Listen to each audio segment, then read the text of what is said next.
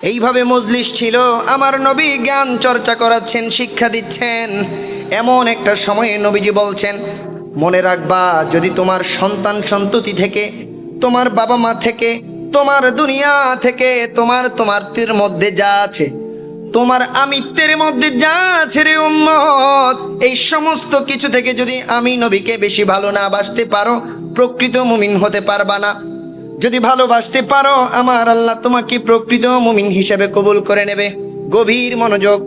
হযরত ওমর রাদিয়াল্লাহু তাআলা আনহু দাঁড়িয়ে গেলেন, ইয়া রাসূলুল্লাহ, একটা কথা আছে।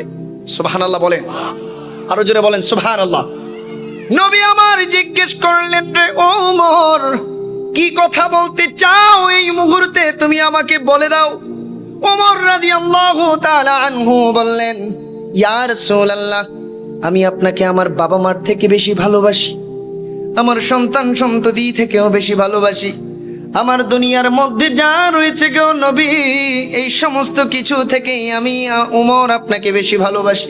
কিন্তু একটা প্রশ্ন রয়েছে, ইয়া রাসূলুল্লাহ, আপনার থেকে বেশি আমি আমার প্রাণকে ভালোবাসি, জীবনকে ভালোবাসি।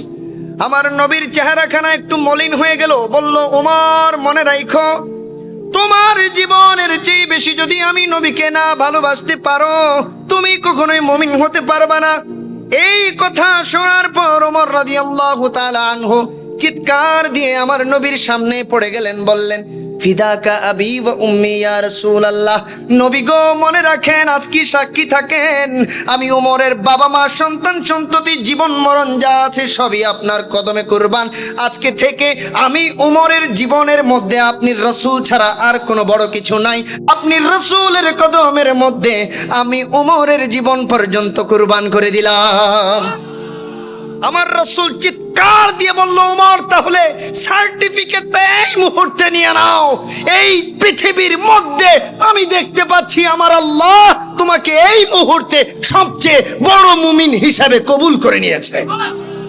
জোরে বলবেন না সুবহানাল্লাহ? আরেকটু জোরে উচ্চ স্বরে বলতে হবে সুবহানাল্লাহ। আমরা এমন মুমিন হতে চাই কি চাই না? চাইলে আওয়াজ আস্তে দিলে হবে না, বলে না চাই কি চাই না। আল্লাহ তাআলা আমাদের কবুল করুক, বলেন আমিন।